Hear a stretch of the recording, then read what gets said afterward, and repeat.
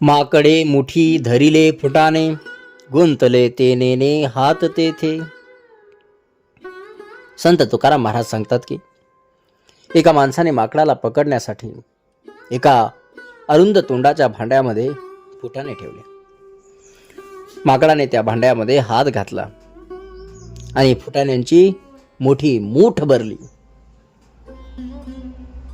आता मूठ भरल्यामुळे माकडाचा हात भांड्याच्या अरुंद तोंडातून बाहेर निघेनासा झाला. माकडाला वाटते की कोणीतरी त्याचा हात पकडून ठेवला, पण वास्तवात त्याच्या स्वतःच्या लोभाने तो अडकला आहे. जर त्याने फुटाण्याची मूठ जी आहे ती सोडून दिली तर त्याचा हात सहज काय होईल, बाहेर येईल. पण तो लोभ सोडू शकत नाही आणि काय होतं, पकडला जातो. काय तो तयाचा लेखावा अन्याय, हित नेने काय आपुले ते.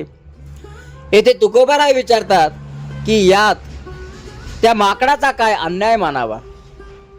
दोष परिस्थितीचा नाही तर त्याच्या अज्ञानाचा आहे.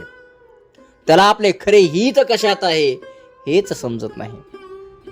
त्याला वाटते की फुटाणे मिळवणे हे सुख आहे, पण त्या नादात तो आपले स्वातंत्र्य गमावून बसतो. शुके नळी केशी गोविले पाय, विसरुनी जाय पक्ष दोन्ही. तुकोबाराय या ठिकाणी दुसरा दृष्टांत या ठिकाणी देत आहेत पोपटाचा. पारधी एका दोरीला एक पोकळी नळी अडकवतो आणि त्यावर पोपटासाठी खाज ठेवतो. पोपट त्या नळीवर बसताच नळी गोल फिरते आणि पोपट उलटा लटकतो. पोपटाकडे उडण्यासाठी दोन पंख आहेत, पण भीतीपोटी तो नळीला अधिक घट्ट पकडून ठेवतो. त्याला वाटतं आपण जर आता या ठिकाणी आपले पाय या ठिकाणी सोडले या नळीला, या पाईपला, या नळीला जर आपण आता सोडलं तर आपण काय हो, खाली पडून जाऊ. खाली पडून जाऊ आणि खाली पडून आपण मरून जाऊ. पण तो हे विसरतो की त्याच्याकडे उडण्याचे काय आहे हो मालक, सामर्थ्य. केवळ एका चुकीच्या विचारामुळे तो पारध्याच्या तावडीमध्ये या ठिकाणी सापडतो. तुका म्हणे एक ऐसे पशु जीव, न चले उपाव काही तेथे. तुकाराम महाराज समरोपात म्हणतात की संसारामध्ये अनेक माणसे अशाच पशुजीवाप्रमाणे आहेत. आपण ज्याला सुख समजून घट्ट पकडून बसलो आहोत ना, घर, संपत्ती, मी, माझेपणा, तेच वास्तव्यात काय हो, आपल्या बंधनाचे कारण आहे. भगवद्गीतेतही भगवान श्रीकृष्ण सांगतात की जे लोक भौतिक ऐश्वर्य, इंद्रिय सुखामध्ये अत्यंत आसक्त आहेत त्यांची बुद्धी ईश्वराकडे स्थिर होऊ शकत नाही. काय होऊ शकत नाही या ठिकाणी, त्यांची बुद्धी जी आहे स्थिर होऊ शकत नाही. ज्याप्रमाणे माकड फुटाण्याच्या लोभाने गागरीमध्ये हात घालतो, त्या भांड्यामध्ये हात घालतो आणि मुठीच्या आकारामुळे हात अडकतो, तेव्हा त्याला वाटते की गागरीने मला धरले आहे, त्या भांड्याने मला धरले आहे. पण वास्तव हे आहे की घागरीने माकडाला धरलेले नसते, तर माकडाच्या लोभाने त्याला बांधलेले असते. पोपट नलिकेवर बसतो आणि ती नळी जी आहे फिरल्यावर पडेल या भीतीने तिला अधिक घट्ट धरतो.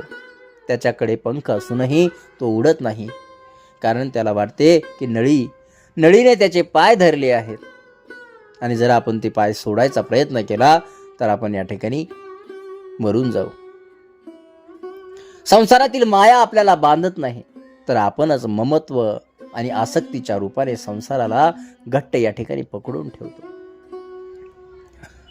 जोपर्यंत मनुष्य संसारातील विषय सुखांची, नात्यांची, अहंकाराची, फुटण्याची मूठ जी आहे मी आणि माझेपणाची सोडायला तयार नाही, तोपर्यंत तो या ठिकाणाहून मुक्त होऊ शकत नाही. मूठ उघडली की माकड मोकळे, पाय सोडले की पोपट मुक्त, तसेच अहंकार सोडला की मनुष्य या ठिकाणी मुक्त होतो. काय कायम टिकणारे आहे आणि काय क्षणभंगूर आहे हे समजणे म्हणजे देखणे पण किंवा विवेक होय. पशु पक्ष्यांकडे विचार करण्याची क्षमता मर्यादित असते, पण देवाने मनुष्याला बुद्धी हे विशेष वरदान दिले आहे. संतांचे विचार त्या पारध्यासारखे नाहीत जे आपल्याला पकडतात, तर त्या दीपासारखे आहेत जे आपल्याला अंधारातून बाहेर काढतात. बुद्धीचा उपयोग केवळ प्रपंच करण्यासाठी न करता प्रपंचातील आसक्तीतून बाहेर पडण्यासाठी, परमार्थासाठी करणे हेच मनुष्य जन्माचे या ठिकाणी सार्थक आहे. जगदीशू देखना ज्याचा विवेक जागना, जो विवेकाने जगतो तोच खरा देखना आणि तोच खऱ्या अर्थाने स्वतंत्र आहे.